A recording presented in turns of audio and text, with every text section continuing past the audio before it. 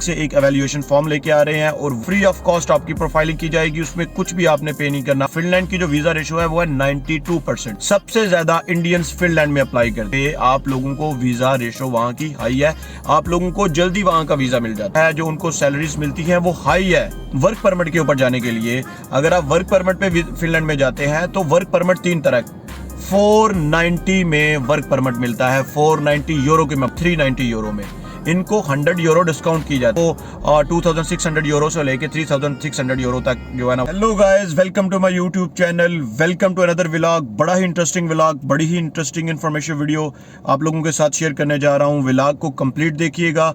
और व्लॉग को स्टार्ट करने से पहले मैं एक बात आपसे शेयर करना चाहता हूँ कि जो लोग मुझे इंस्टाग्राम पे मैसेज कर रहे थे प्रोफाइल के बारे में और इस चीज़ के बारे में कि कैसे हम अपना ट्रैवल प्लान प्रिपेयर कर सकते हैं, तो उन सब लोगों के लिए नेक्स्ट वीक से एक एवेल्युएशन फॉर्म लेके आ रहे हैं। और वो लोग, हम लोग उनमें से कुछ लोगों को जो है वो सिलेक्ट करेंगे। वो कौन से लोग होंगे वो कमेंट बॉक्स के पॉइंट ऑफ व्यू से या बाकी चीज़ों के पॉइंट ऑफ व्यू से वो भी मैं डिक्लेयर करूंगा और आइडिया लगाऊंगा। क्योंकि अगर 1000 लोग हैं वो अप्लाई कर देते हैं तो 1000 बंदे की फ्री एवेल्युएशन नहीं की जा सकती, ना ही 1000 बंदे को फ्री जो है ना वो उसकी प्रोफाइल प्रिपेयर की जा सकती है। तो definitely it would be 5 to 10 or 20 or 30 people will be there. तो वो कौन लोग होंगे, वो कैसे है, उसके लिए मैं आपको बताऊंगा। जितने भी नए लोग हैं वो इसमें पार्टिसिपेट करना चाहते हैं, मैं उनसे रिक्वेस्ट करता हूँ या आप उसको बताना चाहते हैं तो काइंडली चैनल को सब्सक्राइब कीजिएगा और कमेंट में अपने ज़रूर पार्टिसिपेट किया करें कि अगर कोई आपको वीडियो इससे रिलेटेड चाहिए होती है या कोई क्यूरी चाहिए होती है तो आप प्लीज़ कमेंट में हाईलाइट किया करें। अब चलते हैं वीडियो की तरफ। वीडियो में जाने से पहले जो भी लोग चैनल पे नए हैं वो काइंडली चैनल को सब्सक्राइब कर दें सर, बेल के बटन को जरूर प्रेस करें। इसके आपको बहुत सारे बेनिफिट्स मिल रहे हैं, काफ़ी सारे इसके आपको फ़ायदे मिलने जा रहे हैं। सबसे बड़ा फ़ायदा तो यह है कोई भी इन्फॉर्मेशन आती है सबसे पहले आपके पास आएगी। दूसरा फ़ायदा यह है कि अगर एवेल्युएशन होती है उसमें आप भी हैं तो फ्री ऑफ कॉस्ट आपकी प्रोफाइलिंग की जाएगी। उसमें कुछ भी आपने पे नहीं करना। आपको कवर लेटर, आपको ट्रैवल प्लान, आपको एवरीथिंग, सब कुछ जो है वो हमारी तरफ से प्रोवाइड किया जाएगा। अब आज का जो टॉपिक है वो क्या है कि फिनलैंड जाना चाह रहे हैं जी लोगों ने कहा जी फिनलैंड जाना है। फिनलैंड जाना बहुत सारे लोगों के लिए बहुत मुश्किल है, लेकिन फिनलैंड जाना इंतहाई आसान है। जितना आसान फिनलैंड जाना है किसी भी जगह पे जाना नहीं है। मैंने एक पहले वीडियो बनाई थी, उसमें मैंने मेंशन किया था कि टॉप 3 कंट्रीज जिनका ईजीएस्ट शेंजियन वीज़ा है, जिनका सक्सेस रेट हाईएस्ट है, उसमें से फिनलैंड मैंने नंबर 3 पे बताया था। और फिनलैंड की जो वीज़ा रेशो है वो है 92%। अब पहला पॉइंट यह है कि फिनलैंड क्यों जाना चाहिए, नंबर 1, इस पे बात करेंगे। दूसरा पॉइंट यह है कि फिनलैंड अगर जाना चाहिए तो किस वीज़े पे जाना चाहिए, इस पे बात करेंगे। तीसरा पॉइंट यह है कि फिनलैंड अगर हम चले जाते हैं तो वहाँ पे जाके हमें ऐसा क्या करना चाहिए कि हमें हमारे पास पैसे ही पैसे आना शुरू हो जाएं। ठीक है, ऐसा वो कौन सा काम है जो फिनलैंड में जाके किया जाएगा तो उससे पैसे ही पैसे हमारे पास आना शुरू हो जाएंगे और जिससे हम बहुत सारे यूरो कमा सकते हैं। इन 3 चीज़ों पे हम बात करेंगे। सबसे पहला पॉइंट जो है मैंने हाईलाइट किया था कि फिनलैंड हमें क्यों जाना चाहिए। तो फिनलैंड हमें इसलिए भी जाना चाहिए कि फिनलैंड का वीज़ा रेशो सबसे ज़्यादा हाईएस्ट है।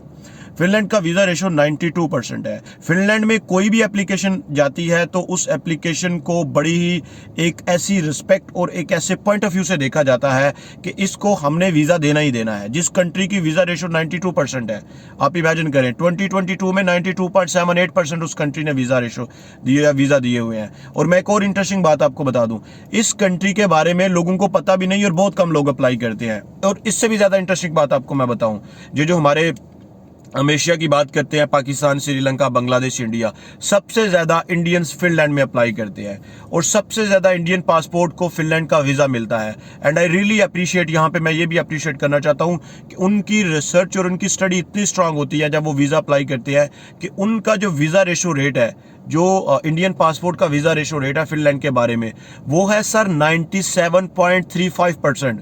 लाइक आप ये कह सकते हैं कि 3% जो है वो भी नेग्लिजिबल है, वो भी कोई इतना काउंट डाउन नहीं किया जाता, मतलब कि उसकी हाईएस्ट वीज़ा रेशो है। पॉइंट नंबर 1 मैंने डिस्कस किया कि फिनलैंड क्यों जाना चाहिए। तो इसका पहला पॉइंट मैंने बताया कि वहाँ पे आप लोगों को वीज़ा रेशो वहाँ की हाई है, आप लोगों को जल्दी वहाँ का वीज़ा मिल जाता है। अब पॉइंट नंबर 2 ये डिस्कस करते हैं कि इसी में कि फिनलैंड क्यों जाना चाहिए। तो इस वजह से भी फिनलैंड जाना चाहिए कि वहाँ पे लोगों को जो डेली वेज मिलती है, जो पर आवर मिलता है, जो उनको सैलरीज मिलती हैं वो हाई है as compare to the other Schengen state. Like आप पुर्तगाल की बात करते हैं तो पुर्तगाल में आप लोगों को डेली वेज वो नहीं मिलता। पुर्तगाल में अगर आप बिजनेस कर सकते हैं तो आप सक्सेसफुल हैं। अगर आपने डेली बेसिस पे काम करना है, पर आवर पे काम करना है, तो आपको वो पैसे उस तरह से नहीं मिलेंगे जिस तरह से फिनलैंड में मिल रहे हैं। अब पॉइंट नंबर 2 है जिस चीज़ के बारे में हमने डिस्कशन की, पहले 2 पॉइंट्स को हमने डिस्कस किया। पहला पॉइंट ये था कि हमने कहा कि जी फिनलैंड क्यों जाना चाहिए। मैंने आपको बताया कि फिनलैंड जाने के लिए सबसे पहला आपके पास ये पॉइंट है जो आपको सेटिस्फाई करेगा कि वीज़ा रेशो हाई है। दूसरा पॉइंट ये है कि वहाँ पे जो आपकी सैलरी है, जो डेली वेज रेट है, वो बहुत ज़्यादा हाई है। अब इसी के बाद हमने ये भी डिस्कस किया कि किस वीज़े के ऊपर जाना चाहिए फिनलैंड। तो वर्क परमिट के ऊपर जाने के लिए अगर आप वर्क परमिट पे फिनलैंड में जाते हैं तो वर्क परमिट 3 तरह का है। मैं 3 तरह के वर्क परमिट को एक्सप्लेन करूंगा। वीडियो थोड़ी सी लंबी हो जाएगी लेकिन इसको जरूर देखिएगा, बहुत इंटरेस्टिंग और बहुत इन्फॉर्मेटिव वीडियो है। 3 तरह के वर्क परमिट है। वो कौन से 3 तरह के वर्क परमिट है? नंबर 1 पे आता है जी सीजनल वर्क परमिट। अब सीजनल वर्क परमिट में कौन से वर्क परमिट आते हैं? जो एग्रीकल्चर से रिलेटेड फार्मिंग है उसमें से 6 मंथ्स टू 9 मंथ्स के वीजे जो है ना वो रिलीज किए जाते हैं। मैक्सिमम उसमें 9 मंथ का वीजा होता है। दूसरा टूरिज्म से रिलेटेड भी है। जो लोग होटल इंडस्ट्री में या बाकी जगहों पर जाके काम करते हैं वो सीजन में उनको बुला लिया जाता है। जब वो सीजन खत्म हो जाता है तो उनको वापस रिटर्न कर दिया जाता है। ये वाला वर्क परमिट होता है 9 मंथ के लिए। अब दूसरा वर्क परमिट आ जाता है एम्प्लॉय के लिए। एम्प्लॉय के लिए कौन सा वर्क परमिट आता है? जिसमें हम लेबर को कंसीडर करते हैं। लेबर में हम लोग किन लोगों को कंसीडर करते हैं? जो प्रोफेशनल लेबर होती है। प्रोफेशनल लेबर से मुराद ये है कि जो हमारे पास स्किल लेबर है लेकिन वो हाई स्किल लेबर में कैटेगरी में नहीं आती, उसको हम स्किल लेबर कहते हैं, लेकिन उनकी एजुकेशन इतनी नहीं होती। हाई सेकेंडरी स्कूल या मैट्रिक या 10th क्लास या सेकेंडरी क्लास या कॉलेज तक जिनको हम कंसिडर करते हैं। उसमें ड्राइवर है, प्लम्बर है, टेक्नीशियन है, जो क्या कहते हैं कि मैसन का काम करने वाले लोग हैं, कारपेंटर का काम करने वाले लोग हैं, ट्रक ड्राइवर हैं और कंस्ट्रक्शन का काम करने वाले लोग हैं। ये सारे इस कैटेगरी में आते हैं। अब मजे की इंटरेस्टिंग बात आपको ये बताता हूं, इस कैटेगरी के लिए 490 में वर्क परमिट मिलता है। 490 यूरो की मैं बात कर रहा हूं। 490 यूरो में वर्क परमिट मिलता है सर इस कैटेगरी में। और अप्लाई करना इंतहाई आसान है, कोई मुश्किल नहीं है। आप उनकी ऑफिशियल वेबसाइट पे जाएं, कैसे अप्लाई करना है उसके लिए एक अलग से व्लॉग लेके आएंगे मैं। और एक दूसरी बात, जो हमने पहले सीजनल वर्क परमिट की बात की थी, वो भी 490 यूरो में वर्क परमिट मिलता है। लाइक ये 490 यूरो उसकी फी है, इंक्लूडिंग जो भी उसमें सारे प्रोसेस आ जाते हैं उस एप्लीकेशन में। इसके अलावा कोई एक्स्ट्रा चार्जेस नहीं है, कोई हिडन चार्जेस नहीं है, कोई कुछ नहीं है। अब एक और इंटरेस्टिंग बात मैं आपको बताता हूं कि जो लोग ये होते हैं, जो प्लम्बर हैं, कारपेंटर हैं, या ये वाले जो लोग जाते हैं, ये इंतहाई ज्यादा पैसे कमा सकते हैं सर। वहां पे बहुत सारे लोग ऐसे हैं जो सिर्फ किसी भी चीज को हाथ लगाने के यूरो गिराते हैं। ये फिनलैंड की मैं आपको बात बता रहा हूं। अब नंबर 3 की कैटेगरी पे आ जाता है कि जो वर्क परमिट पे बात करते हैं वो है sir high skill work professional और हाई स्किल जो जाते हैं वर्क परमिट के ऊपर। वो कौन से लोग होते हैं? जिनके पास डिग्री होती है, जिनका अच्छा एक्सपीरियंस होता है, लाइक सेल्स के लोग हैं, सेल्स एंड मार्केटिंग के लोग हैं, लाइक सर वो डॉक्टर्स हैं, वो इंजीनियर्स हैं। उसके बाद इसके अलावा जो लोग परचेजिंग को देखते हैं, परचेजिंग डिपार्टमेंट को, प्रोडक्शन डिपार्टमेंट को देखते हैं, इसी तरह के जो भी प्रोफेशनल हैं बट उनके पास डिग्री है, हाई स्किल प्रोफेशनल है, वो लोग आते हैं इस कैटेगरी में। अब इन्होंने जब अप्लाई करना है तो इनको कितनी फी पे करनी पड़ती है और इनको वर्क परमिट कितने में मिलता है? 390 यूरो में। इनको 100 यूरो डिस्काउंट की जाती है जो हाई स्किल वर्कर है, लेकिन जो दूसरे हैं उनको। लेकिन एक और इंटरेस्टिंग बात बताता हूँ, इनकी जो सैलरी होती है वो होती तो ज्यादा है। मैक्सिमम इनकी जो सैलरी है वो 2600 यूरो से लेके 3600 यूरो तक जो है ना वो इनकी सैलरी जो है वो फ्लक्चुएट करती है। इसमें 20 to 30% आप टैक्स काट ले।